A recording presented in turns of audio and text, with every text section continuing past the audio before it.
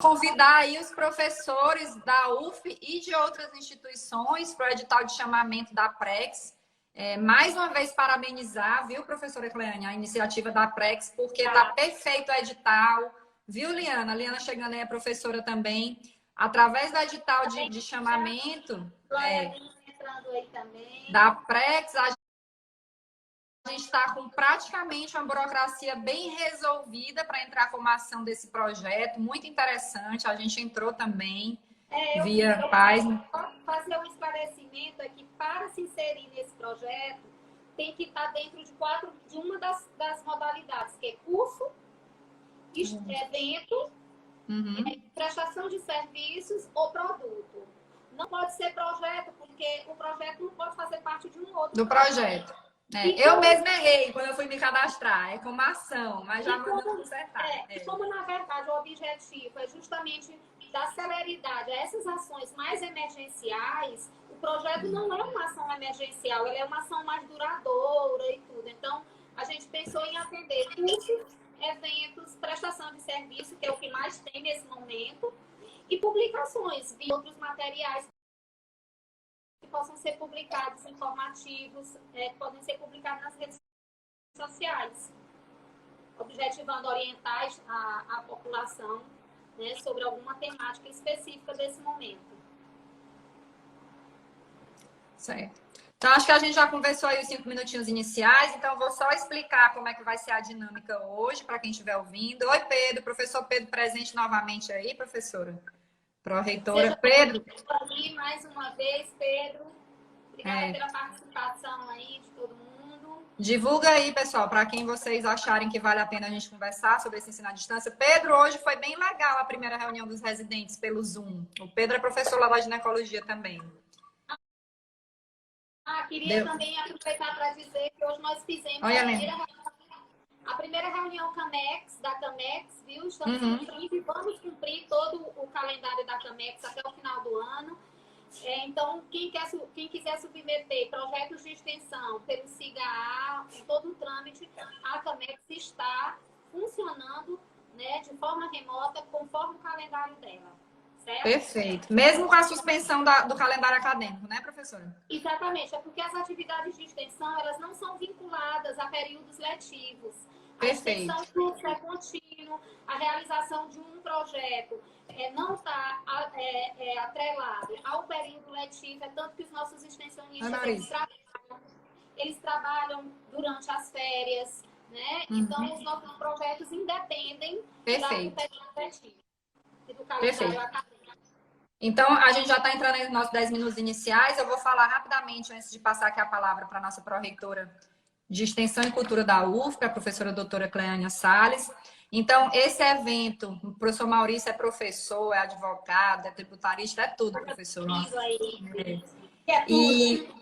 E aí, dentro desse projeto Diálogos da Extensão, que é um projeto da própria Prex, semanalmente nós vamos fazer essas reuniões com vários temas, abordando as atividades novas e a manutenção das atividades nos tempos de enfrentamento, certo? Então, hoje o nosso tema é falar sobre EAD e atividades remotas no ensino em tempo de coronavírus.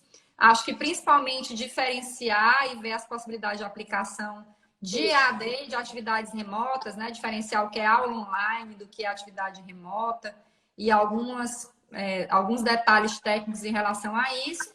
E hoje, né, e talvez nas próximas, que a gente comece a entrar em manifestações mais específicas da própria universidade, o meu canal vai ser mais Marília Gabriela, né, no sentido de trazer os convidados e fazer essa interlocução, porque nós entendemos na comissão de organização tentar manter, não foi, professor, o padrão de transmitir pelo mesmo Instagram, devido ao número de seguidores e presença de professores e alunos, o que muito me honra.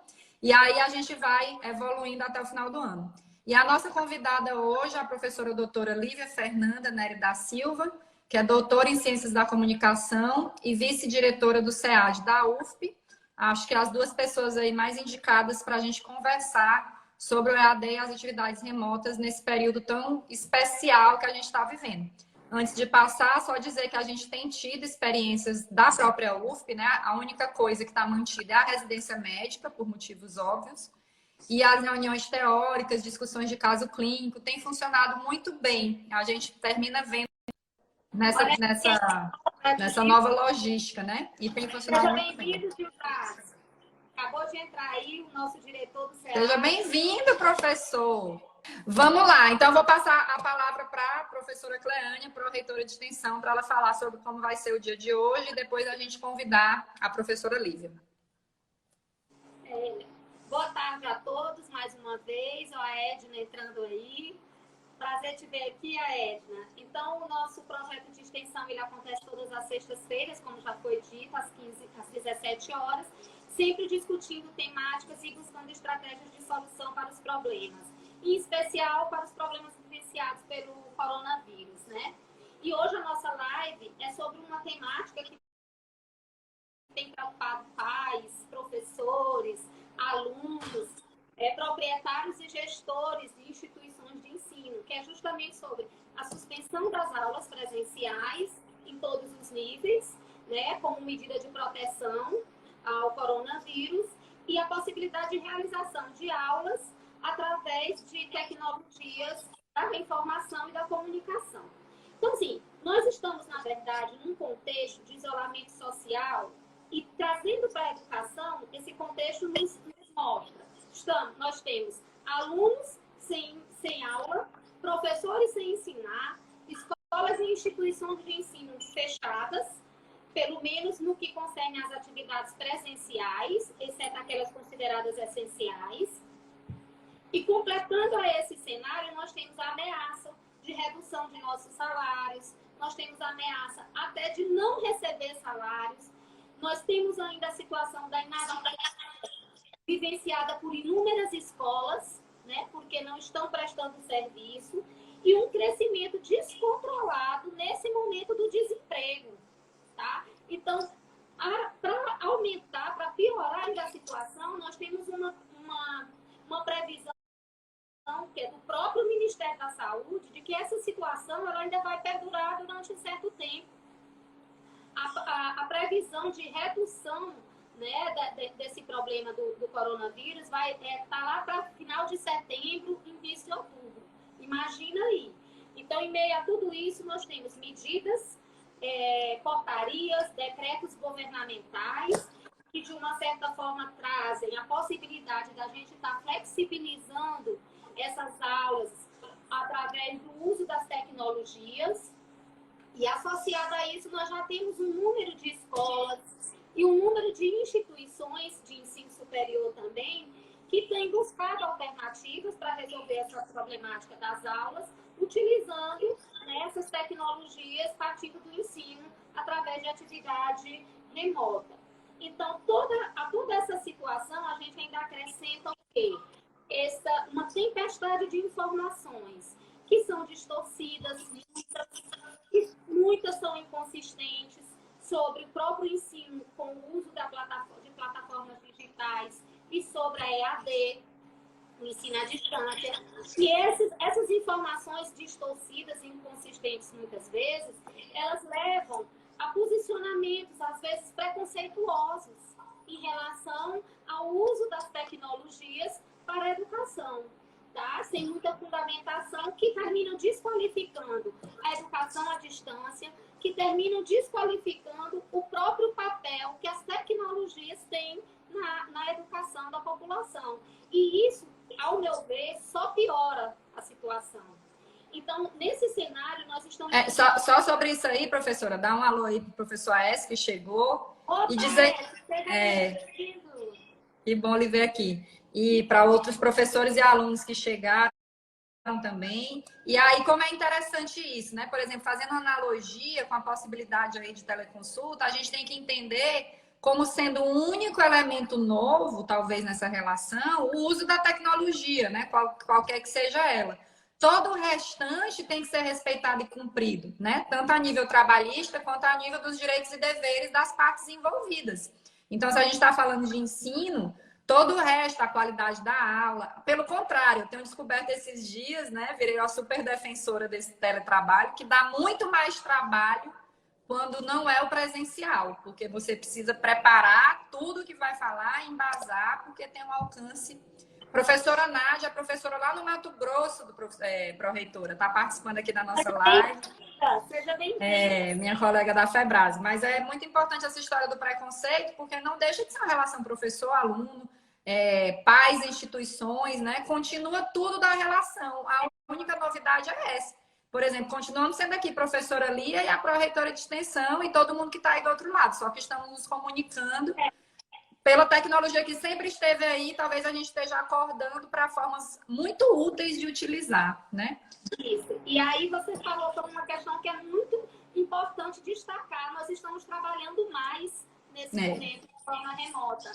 E aí, assim, o que eu estava falando há pouco tempo é que a gente está vivendo um cenário de muitas incertezas, né? De muitas dúvidas, de muitos problemas, de muitas limitações e restrições. Mas uma coisa a gente tem certeza, é que a gente precisa aprender a viver nessa nova realidade.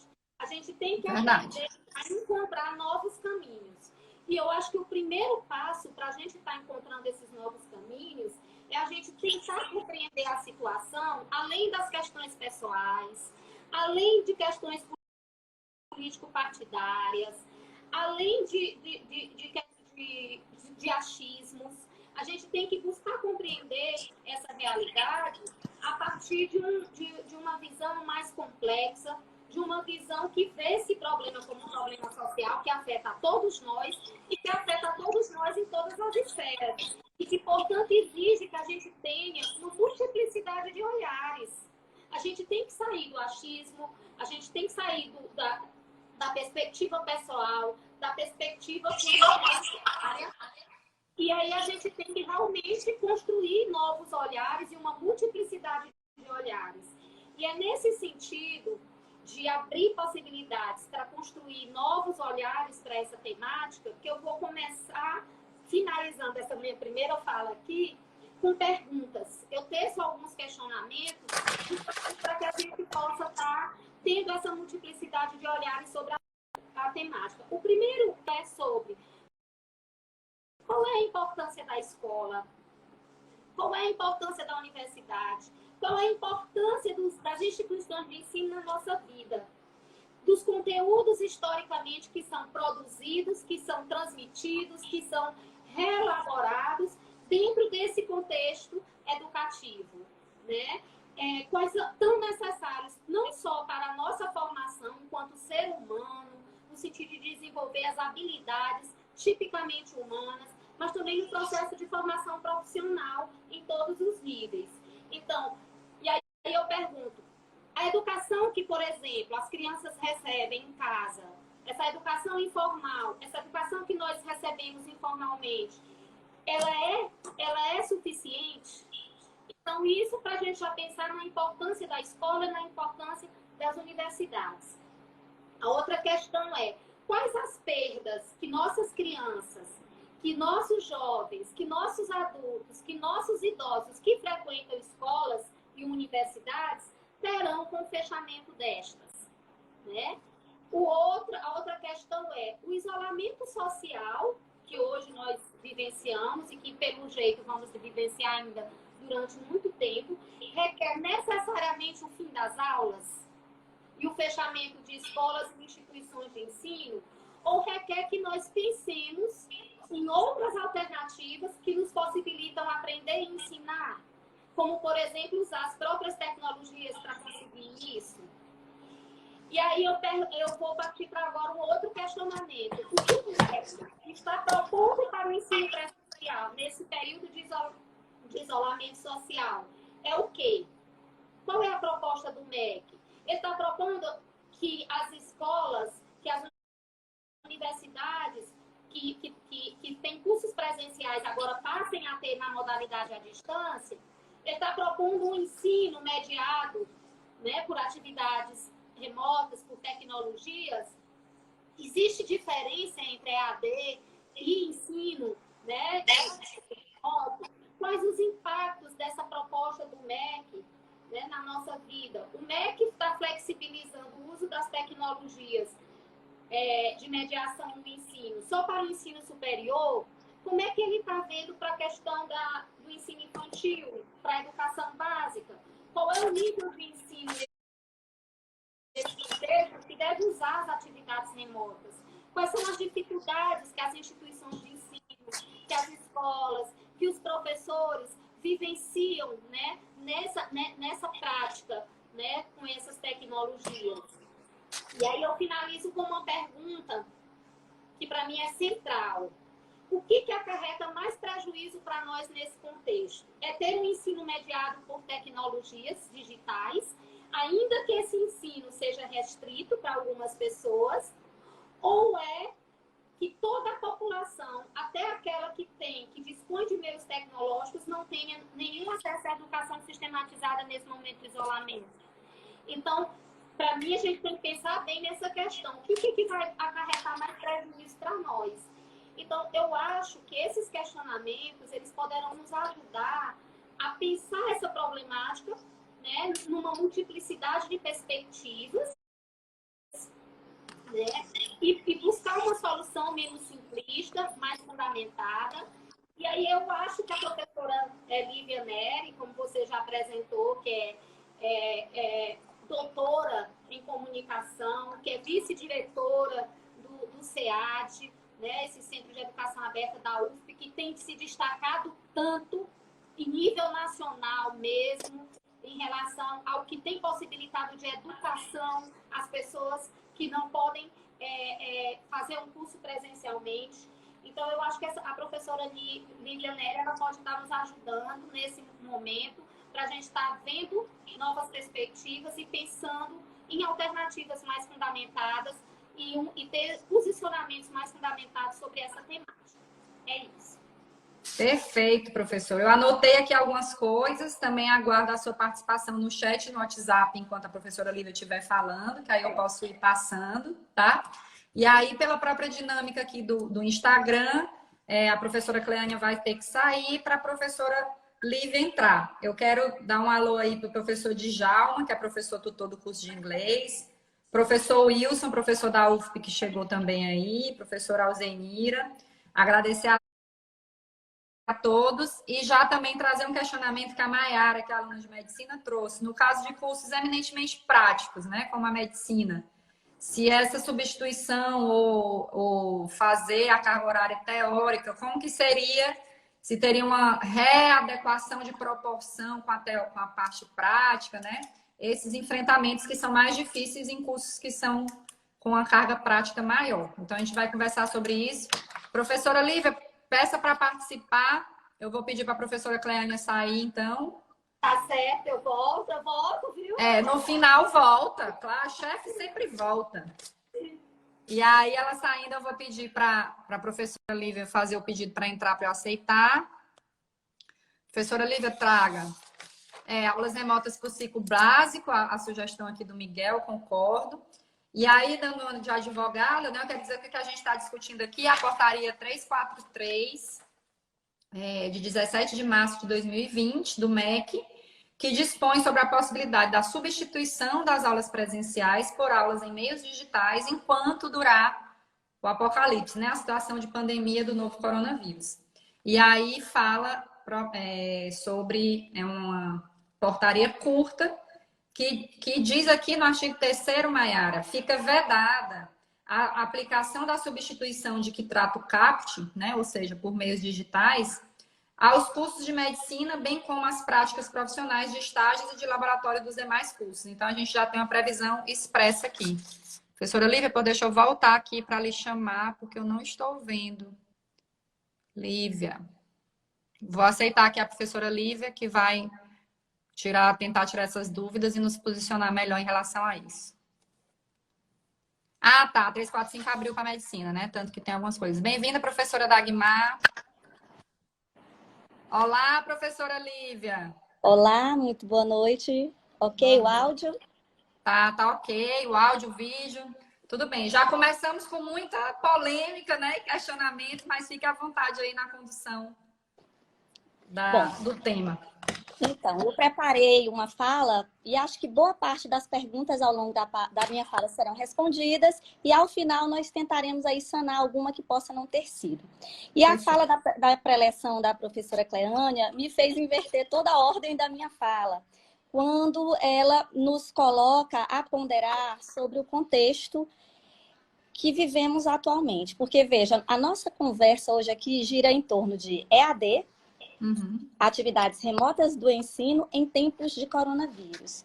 E o grande ponto que fez toda a alteração nas nossas vidas foi a parte final do título, Tempo de Coronavírus.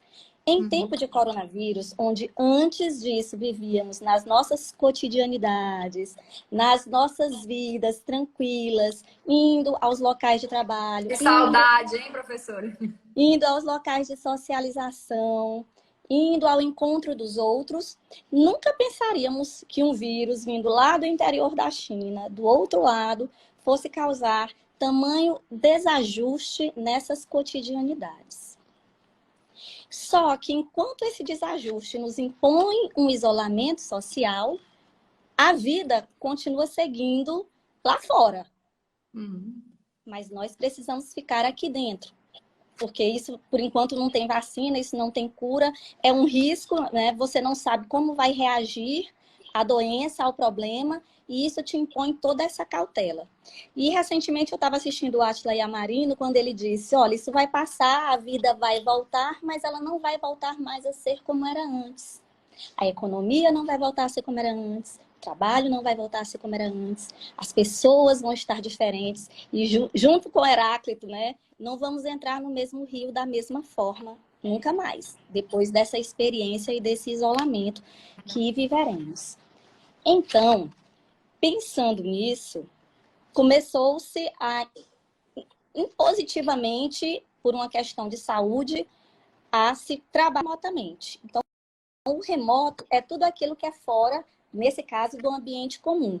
Então, uma atividade remota educacional, ela vai ser fora do locus específico. O trabalho remoto vai ser aquele que é fora, se é no escritório, você não vai lá naquele lugar fazer, mas esse trabalho vai continuar sendo feito. Então, essa é a primeira coisa que nós precisamos pontuar. E pensar que tudo isso, para quem é cinéfilo, para quem gosta de filme, seria lembrar filmes como Epidemia, A Gripe, Ensaio sobre Cegueira, e que nós possamos sair disso melhores, né? E que essa missão de compreender o que nos está sendo imposto vai nos fazer melhores pessoas, melhores profissionais, melhores amigos e nos elevar em todos os níveis. Então, professora, só você citou sobre o meu livro preferido da vida, então não tem como eu falar, que é o Ensaio sobre a Cegueira, e como realmente se aplica desde a primeira linha, né? Como tem sido mostrado o melhor e o pior das pessoas, né? Como a situação tem nos mostrado realmente cada um o que é. Quem trabalha, quem produz, continua produzindo, trabalhando. Quem é parasita, para citar, né? Continua sendo ou se aproveitando, e assim tem sido em todas as instâncias da vida. Só essa colocação, porque o livro foi fantástico. Mas vamos em frente. Então, deixa eu tentar explicar assim. Em termos de legislação educacional, existem aqui, ó, duas grandes modalidades de ensino. Educação presencial, educação à distância. Pronto, são duas grandes modalidades. Dentro dessas modalidades, eu tenho níveis de ensino, ok? Que são didaticamente distribuídos. Essa é a primeira coisa a se compreender. A educação à distância, ela é pontuada na Lei de Diretrizes e Bases da Educação em 4 artigos. Esses 4 artigos depositam aí a educação à distância na nossa legislação educacional, e são regulados os artigos e a própria educação à distância pelo Decreto 9.057 de 2017. Então, tem 4 capítulos na LDB e esses capítulos tratam de educação à distância e o decreto regula como é e o que é essa educação à distância da melhor forma. Então, a primeira coisa para eu entender que educação à distância é uma coisa e atividades remotas ou aulas mediadas por tecnologia ou atividades mediatizadas para a educação, todos esses outros nomes, não são educação à distância na sua essência, mas elas contêm elementos de educação à distância, porque a educação à distância ela é um todo maior, assim como é a educação presencial. Então, o primeiro artigo que eu queria destacar aqui é o artigo 80 da LDB, que diz que o estabelecimento de ensino superior precisa ter credenciamento para ofertar a modalidade de educação à distância. Então, eu não posso aqui virar uma instituição de ensino superior e dizer, a partir de hoje, eu ofereço cursos na modalidade à distância e tem que haver um credenciamento pelo MEC, ok? As instituições federais, elas têm um primeiro credenciamento de 5 anos, automaticamente porque são autônomas, elas podem fazer essa gestão, mas os recredenciamentos são avaliações periódicas, próprias e específicas. Diga-se de passagem, a Universidade Federal do Piauí tem conceito 4. Todo mundo elogiando aqui, Né? o EAD da UFP, viu, professora? Ok. Então, tem conceito 4. Seria o teto da nota, porque também é de 0 a 5 essa nota. Essa educação à distância, além de ter necessidade de ter um credenciamento, ela tem normas específicas de produção e controle. Então, Lia, imagina que a educação à distância ela existe desde o uso dos fascículos por correios. Então, não existe só o professor pensa o material, pensa o conteúdo, usa uma forma didática de aplicar, mas aí precisa-se da gráfica, naquele tempo, gráfica para impressão, o transporte pelo correio, a equipe de diagramação que fazia esse equipamento. Da mesma forma, quando a educação à distância passou para o rádio, precisa-se do meio de comunicação, a televisão. Gente, quem assistiu o telecurso segundo grau? Telecurso segundo grau? Mesmo que não precisasse fazer as aulas pensadas, as aulas de história, que traziam aquelas coisas. Então, aquilo é um conglomerado comunicacional pensando a educação à distância. O professor pensou... É um elemento, né? Isso, o professor é um dos constituintes, ok? Então, nós temos que ter credenciamento, normas claras de produção, normas claras de controle, avaliações específicas de acompanhamento de toda essa processualidade, uma equipe multidisciplinar, a garantia do acesso. Hoje, pode ser a televisão, se o meio é a televisão, é a difusão por televisão, é a difusão por rádio. No caso da educação à distância, em nível de Brasil, hoje é preciso que tenhamos descentralização por polos. Então, se o centro é a universidade, ali em Água Branca tem um polo, que é a garantia desse acesso do aluno. Mas também se entende que o aluno que faz a opção ou que precisa fazer um curso por uma necessidade, porque não mora perto de um grande centro, onde tem instituições, consegue a oportunidade dessa educação à distância, que este sujeito entende que vai precisar minimamente de tecnologia. Ele faz a opção, ele faz a escolha, ele faz o concurso seletivo vestibular, a entrada para o SISU, mas sabendo o que ele está escolhendo, tá certo? E uma coisa importante é que a própria LDB diz que é garantido aos órgãos governamentais a redução em todos os canais para aplicação de educação à distância quando ela é em mídia aberta. Então, por isso, Lia, que talvez quando você... Lia, Marília, Gabriela, né? Quando você assistia o telecurso, e eu também, a gente assistia numa grande emissora, nos horários assim, tipo 6h30 da manhã, 1 da tarde, que são horários de custo reduzido, mas isso é assegurado. Quando você não tem um canal integral, às vezes tem uma TV Cultura, uma TV Assembleia, diga-se de passagem, o Estado do Maranhão está investindo nesse momento em educação à distância mesmo. Tem rádio, tem televisão, tem mídia digital e YouTube para os estudantes da educação básica. Então, eles estão investindo na educação à distância conglomeral, grande divisor aí com o presencial. A outra coisa que é dita na lei sobre a educação à distância é que, não sei se vocês sabem, quando algumas pessoas aqui fizeram ensino fundamental, que chamava primário e ginásio, ele durava 8 anos. Bom, de um tempo para cá, ele passou a ter 9 anos, porque a alfabetização ela foi incluída no ensino fundamental, ela saiu da educação infantil. Para quem não sabe, a educação de nível médio e superior, eles podem ser comumente à distância. Não é uma coisa complexa de se fazer isso.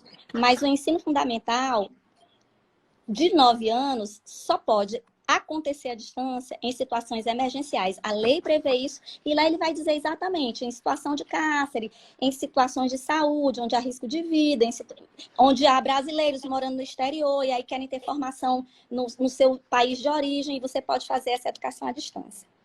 O outro artigo que trata de educação à distância na LDB é o artigo 41. Atenção, isso é importante. Educação presencial tem obrigatoriamente 200 dias letivos. Até saiu um outro decreto aí uns dias atrás, flexibilizando a quantidade de dias, mas não reduzindo a obrigatoriedade das horas. Bom, saibam que é exigida a frequência tanto de alunos e professores nesses 200 dias letivos. Mas a lei diz que, salvo nos programas de educação à distância, porque essa presença física, imagina como é que você vai conseguir colocar a presença física para quem ainda faz telecurso. E assiste em casa, ou assistia por vídeo, por fita, ou ouvia no rádio, ou assiste a aula gravada na internet. Como é que você computa essa frequência? Essa frequência não existe. Mas, por outro lado, o decreto que regula a EAD, que é o 9.057, vai dizer assim, epa, mas não é assim também não. Tudo bem, não é exigido frequência, mas prova é presencial. Estágio é presencial. Atividades laboratoriais são presenciais. Então, entenda, essa frequência não é obrigatória, mas você precisa ir realizar essas atividades. Aonde? No polo. Quando era o Instituto Universal Brasileiro também, você pegava, tinha um lugar de fazer prova. Tem os pontos e os postos de fazer prova. Então, é uma atividade que não exige frequência, mas tem atividades presenciais. E a última coisa que eu até já disse um pouquinho no primeiro, esse público da educação à distância, ele tem especificidades. Então, o artigo 87 vai dizer que, primariamente, é um artigo de jovens e adultos. É uma modalidade para jovens e adultos. Mas entenda-se que jovem e adulto, nesse contexto, também é todo aquele que sabe que não pode fazer um curso presencial integral. Olha, gente, a educação, ser estudante profissional que pode fazer um curso integral é um privilégio. É um privilégio. E aí, às vezes, eu me questiono, e a Cleânia ouça isso também, Cleânia, quando se fala assim, poxa, mas o aluno não vai ter acesso a tal instrumento. Será que eu tenho essa garantia do acesso também para o aluno presencial? Né? Será o acesso, né? Cognitivo. E essa permanência, então, quantos alunos são obrigados a evadir do ensino superior porque tem que sustentar a família, tem que ajudar a família? A LDB diz que é preciso se garantir o acesso, a permanência e o sucesso. Então, aí, às vezes, esse sucesso é tão difícil. Aí nós vamos buscar isso nos índices de evasão, nos índices de sucesso das instituições de ensino superior. Então, no nível de empregabilidade, né? Então, a educação é uma coisa muito complexa. Isso pensando na educação como um todo, nas dificuldades que ambas as modalidades têm. Todas têm dificuldades de garantir o acesso, a permanência e o sucesso. Então, se há uma dificuldade em ter um objeto de tecnologia, quantas vezes aquele nosso aluno não tem o dinheiro para o ônibus? Não tem o dinheiro para pagar o almoço no RU, que é muito barato, mas que mesmo assim ele não tem. Ele não tem condições de adquirir o livro. Então, a educação à distância vem para um público realmente que, para além desses problemas, tem outros, mas que entende e faz a opção por essa modalidade de ensino. Eu espero que eu tenha conseguido me fazer entender nessa primeira parte. Então, só retomando, falando um pouco do contexto que nos colocou essa situação, da necessidade de compreensão que, nesse sentido, há duas grandes modalidades de ensino, presencial e à distância. O que está fora disso, vamos já discutir. E que essa educação à distância não é nova, ela já existe há muito tempo, né?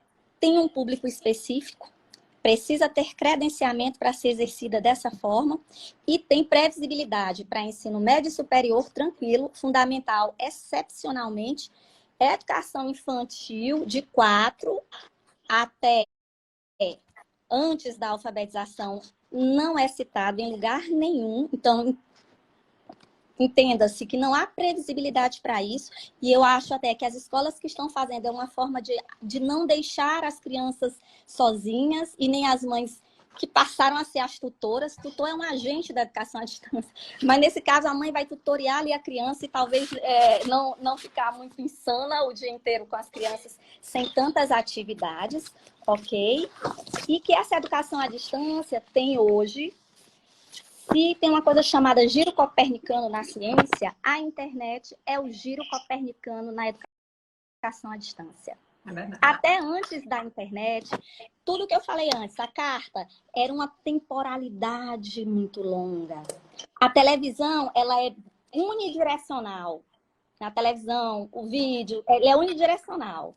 O rádio era unidirecional. Mas aí chega essa coisa fantástica, a internet. E coloca todos nós assim, ó, em tempo real, cara a cara. Se não, nós duas estamos aqui, os outros estão aqui falando, interagindo, concordando, discordando. Liberdade, globalização, universalidade de verdade, né, professora? Da forma que você traz, é até emocionante a gente ter isso disponível enquanto aluno e professor nesse momento. Gente, é um avanço muito significativo. Então, o grande giro copernicano que foi a internet. E, falando nisso, do mesmo jeito que temos que lutar, Cleânia, pela cidadania educacional, Lia, pela cidadania e o direito à saúde, pela cidadania e o direito à segurança, nós temos que continuar lutando pela cidadania e o direito à comunicação. Sim.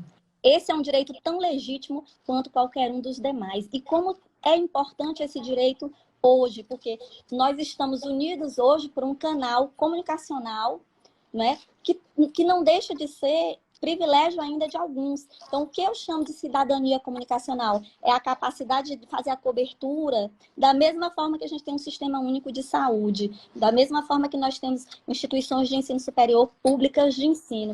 É preciso garantir a cidadania comunicacional e isso também fortaleceria as condições de acesso ao ensino superior, tá certo?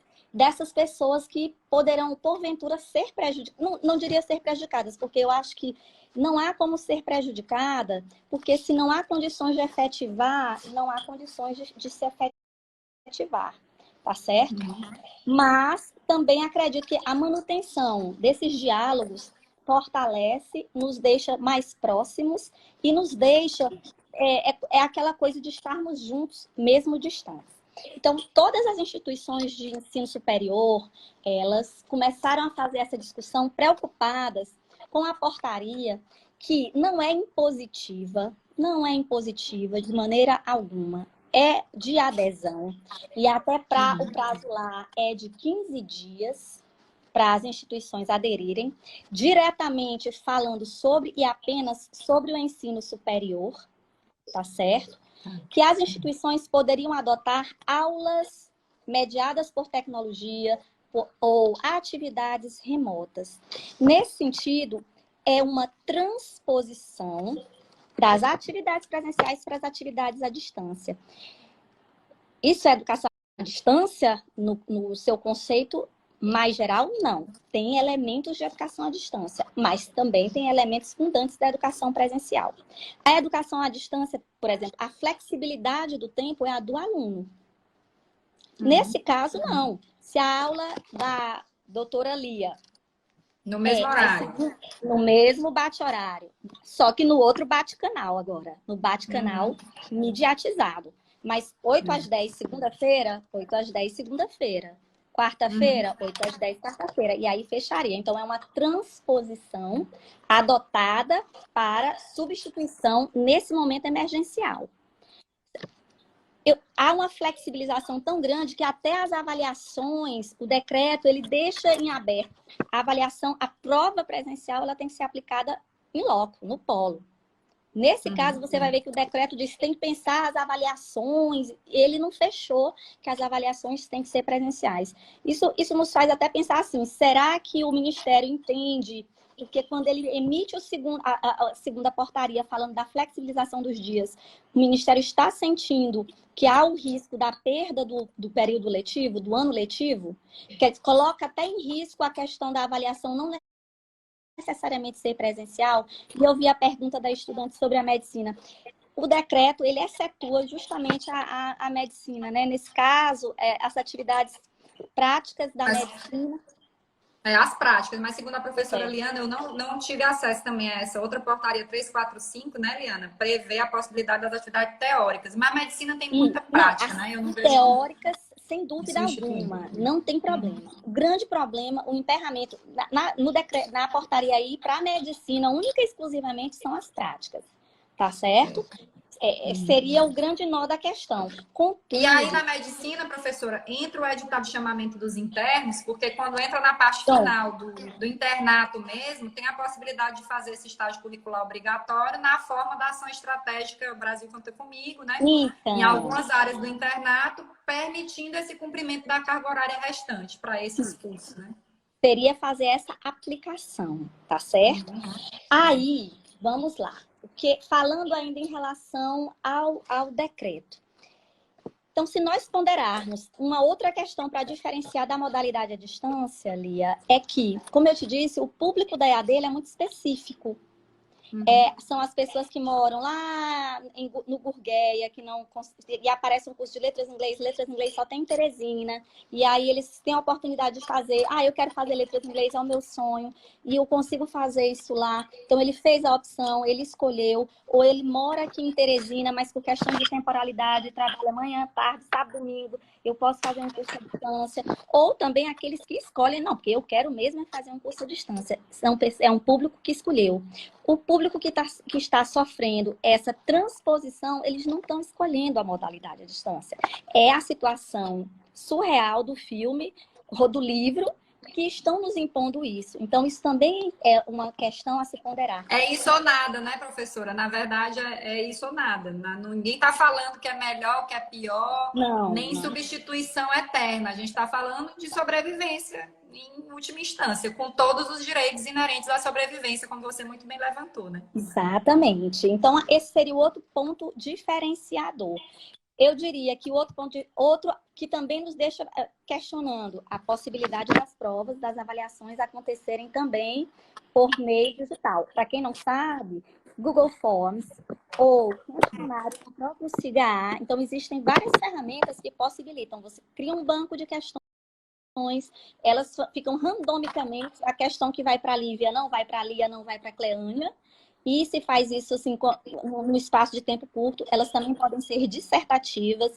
Você pode criar N mil tipos de questões. Professora, só sobre isso, minha experiência como docente.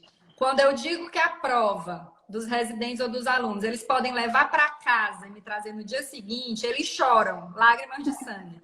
Porque se você faz uma prova que realmente, para responder, você tem que consultar uma base de dados, tem que pesquisar um artigo, tem que pensar, o que dá trabalho e exige preparo do professor, ela é muito mais difícil e avaliativa do que uma prova de decoreba que você fica preocupado se vão colar ou não, né? Então, os residentes já sabem. Eu digo, não, pode levar para casa. Não, professora, pelo amor de Deus, né? Então, você vai ter que também investir na qualidade da avaliação, porque aí não tem essa preocupação. Sabia que esse tipo de avaliação é atividade remota, só que ela foi ministrada quando você entregou, foi presencial. É remota, o aluno vai fazer fora do LOCS. Para a gente entender que a atividade remota ela não está longe da nossa realidade. Claro, e no momento, por exemplo, você só mandar por e-mail, a mesma coisa. Né? Aí é remota em tempos de coronavírus. Pronto. Agora dá trabalho para fazer. É muito mais fácil você fazer uma questão de marcar que ele não pode olhar no livro, porque senão vai acertar, né? Mas requer o esforço de todas as partes. E eu acho que influi muito no aprendizado, principalmente em cursos com medicina, né? Isso. Aí, né, essa questão da atividade remota, do fazer dessa forma, você disse assim, nós não estamos dizendo o que é certo ou errado. É uma medida que tem que ser tomada com muita cautela, com muita responsabilidade por cada instituição, seja ela da educação básica ou do ensino superior, da rede pública ou da rede privada. Isso tem que ser ponderado, avaliado junto a docentes, a discentes, às famílias.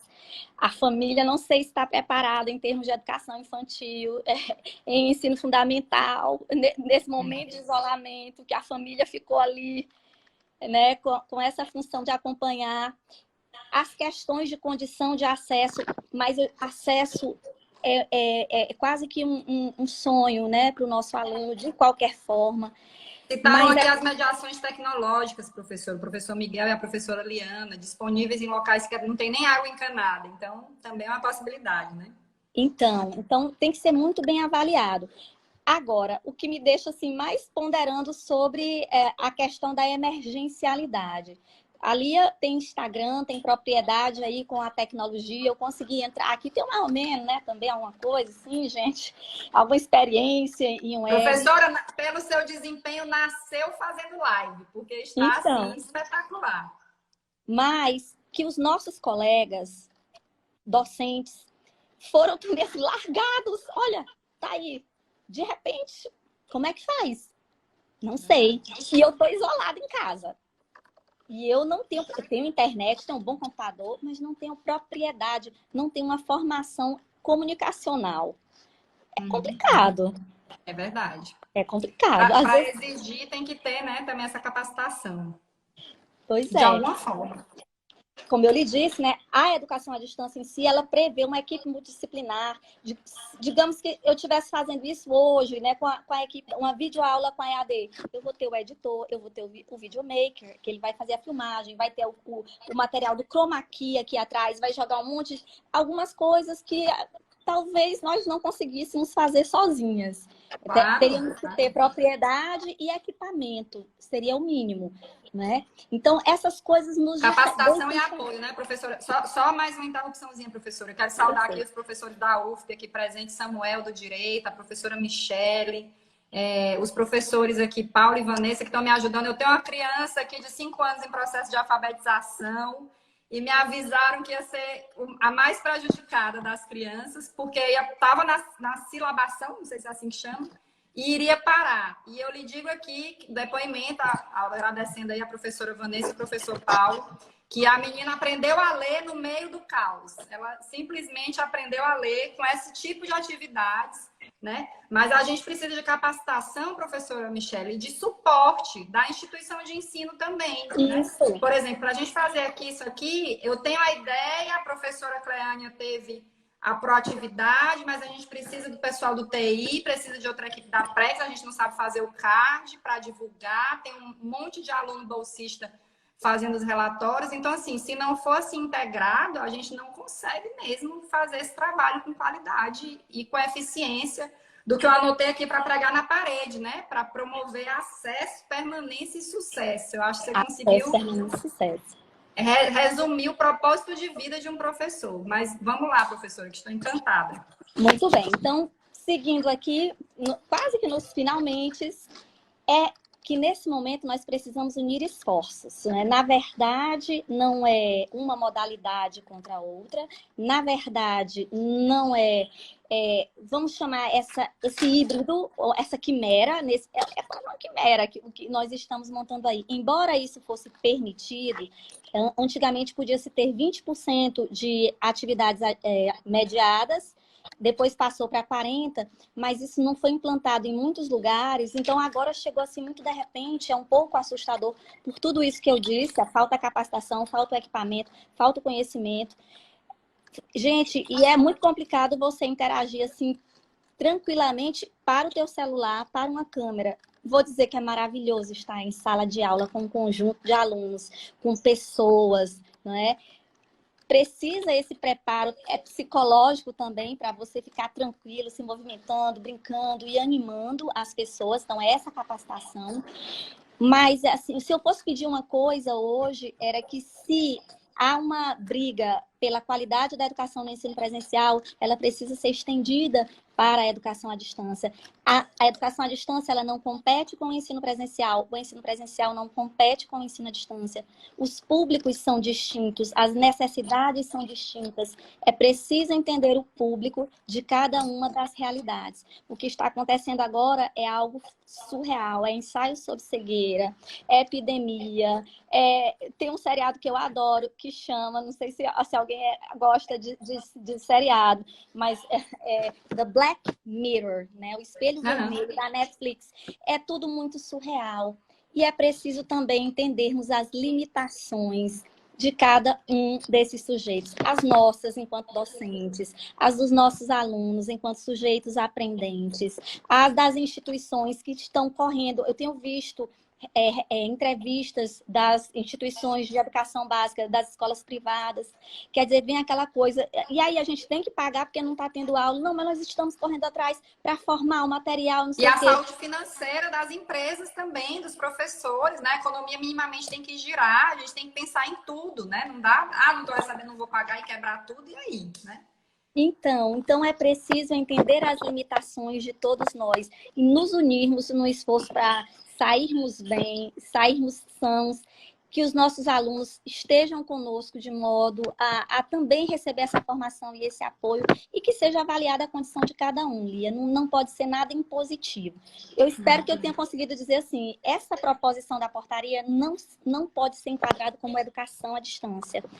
É uma situação emergencial, é uma educação que vai ativar as habilidades remotas e as necessidades remotas, as mídias educacionais, ou eu posso chamar ainda de uma educação híbrida, que não existe nem aqui nem aqui. É um filhotinho de nem é isso nem é aquilo. É mais ou menos. É chinesa, professora. Pronto, tá excelente. Então, eu vou me despedindo por aqui. Espero ter conseguido colaborar. Ainda fico por aqui assistindo qualquer coisa e alguma questão também me disponho a responder. Um grande abraço, sucesso, parabéns a esse programa Diálogos da Extensão. Para você que vai ser a eterna Marília Gabriela desse período de coronavírus. Vou ter que me especializar.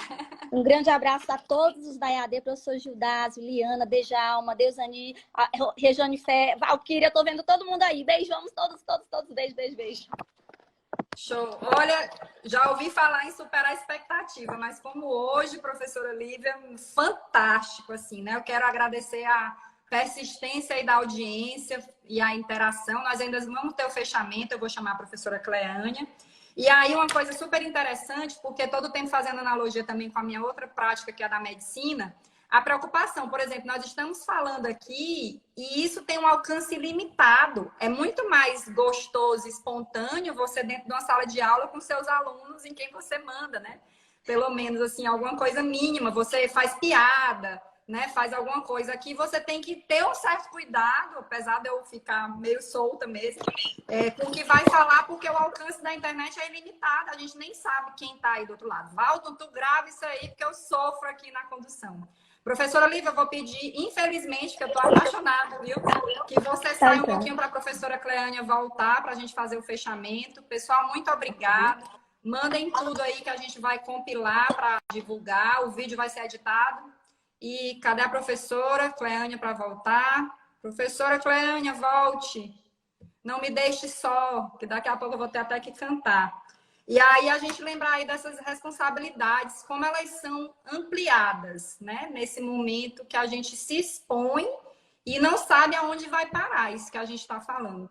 Fazendo analogia, como eu disse para vocês, da telemedicina, essa história de gravar, eu não concordo pessoalmente, dependendo do caso, claro, porque senão são dois elementos novos, que nem a aula, né? Você gravar também, não, que você faça essa transmissão e encerre, né? Deixa eu ver se a professora Cleânia vai, porque senão você introduz dois elementos novos. Na minha opinião, o ser remoto no momento deve ser a única substituição. É só porque é o jeito de eu ver a pessoa. Mas o resto a gente tem que manter essa qualidade, essa confiança, essa espontaneidade. Os alunos que pediram alguma coisa para eu fazer reuniões, eu não fiz pelo Instagram, eu fiz pelo Zoom, controlar quem vai entrar. Senão a gente fica limitado. A professora Cleânia acho que chegou aqui, deixa eu ver aqui. Já tô que nem o padre aqui, daqui a pouco eu vou botar uns filtros sem querer. Oi, Andréa, minha arquiteta querida. Cleânia, professora, venha para nos salvar.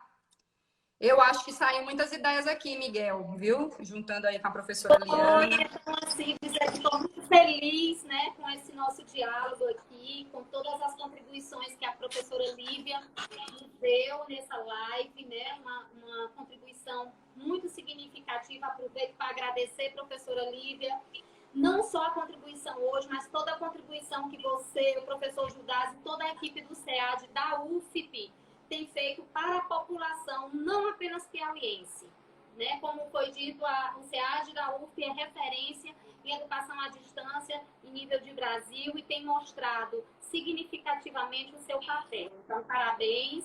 Queria agradecer também a participação dos professores, dos discentes, dos técnicos administrativos, de outros profissionais da área que estão aqui contribuindo conosco nessa live.